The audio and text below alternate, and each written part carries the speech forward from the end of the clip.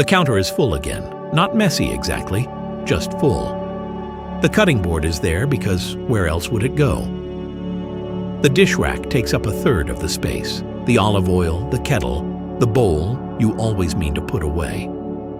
In a small kitchen, there is no hiding. There is no spare surface to absorb the overflow. Every item you own lives right there in full view, all at once.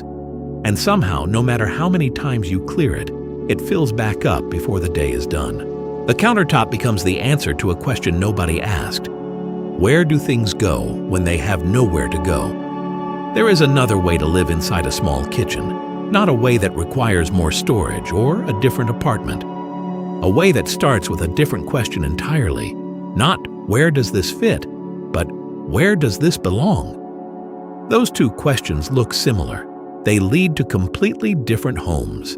This video is going to show you what Japanese tiny kitchens do differently and why it works even when the space is almost impossibly small. Stay until the last principle. It is the one that tends to change the whole room with almost no effort at all. There is a concept in Japanese home culture called chaku-riku. Chaku-riku means landing place. It is the idea that every object in motion needs a safe, exact place to come to rest. Not a shelf somewhere, not the nearest flat surface, an exact place within reach of where the object is actually used. In a small kitchen, this is not a luxury. It is the difference between a counter that clears and one that never does. The first thing Japanese small kitchens tend to do is eliminate the hovering object. A hovering object is anything without a landing place. It moves from counter to counter, from the dish rack to the stovetop to the corner where things pile up. The fix is not to find it a better location. The fix is to give it a permanent one, even if that home is a small hook, a drawer corner, a fold of cloth. Once it lands, the counter can breathe. Something to try today. Pick one object that lives on your counter without a real reason. Just one. Decide where it actually belongs before tonight. Not a perfect solution, just a decision. The second principle is what Japanese design calls anzen, which means safety through clarity. The layout of a Japanese kitchen is designed so that nothing requires crossing the space to put it back. The tea canister lives next to the kettle. The wooden spoon hangs near the stove. The olive oil stays exactly where you reach for it. Anzen reduces the number of decisions you make every time you cook. In a small kitchen, every extra step is a reason to leave something out. A simple question worth asking. What do you reach for outside your reach every single time you cook? That one thing deserves to move closer. Not everything, just that one. If you have been looking for a way to make this kind of intention manageable day to day, there is something in the first pinned comment worth a look. It is called Cozy Home Builder. Answer a few questions. Get a personalized home plan in seconds.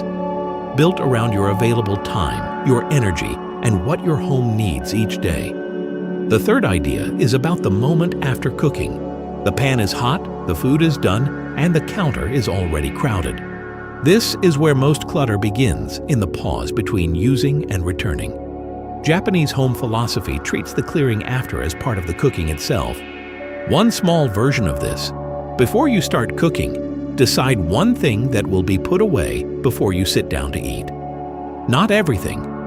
One thing. The cutting board, the wrapping, the measuring cups. That single return, done consistently, changes the texture of the whole kitchen over time. The fourth principle is called MA. It means the space between things. The intentional pause. In a kitchen, Ma is the empty stretch of counter you protect, as if it were furniture, not because you have nothing to put there, because the emptiness itself is doing something. It is where the eye rests. It is where the next task begins with clarity instead of dread. Try this for 1 week. Clear 30 centimeters of counter beside the sink and keep them empty. Put whatever is there now into a cabinet or a drawer, even temporarily. Then notice how it feels to walk into the kitchen. That feeling is not nothing. That is Ma working. The last principle is the simplest. Japanese kitchens and small homes tend to have fewer things on the counter, not because they have less, but because more is stored at the point of use. Right there, beside the action. A small strip beside the stove. A hook for the tool used every morning. A container for the 3 things that permanently live on the counter, so they have a home instead of being clutter. The difference between an item on the counter and clutter on the counter is not tidiness, it is intention. One was placed there, the other just landed. This is not really a video about kitchens. It is about the small, constant tax a crowded counter charges every time you walk into the room. The way a space can either restore you or quietly drain you. You are not failing because your kitchen is small. You are not failing because things pile up. The system most people use for small kitchens was designed for bigger ones. That is why it does not work. And that is something you can actually change, starting with one object, one surface, one decision. Cozy Home Builder is in the first pinned comment. It is a daily planning tool that asks you a few questions and builds a home plan around your real situation. How much time you have, how much energy, what your space actually needs today. It removes the moment of standing in the kitchen thinking, where do I even start? There is also a home maintenance tracker included, which breaks everything into small recurring tasks so nothing accumulates to the point of overwhelm.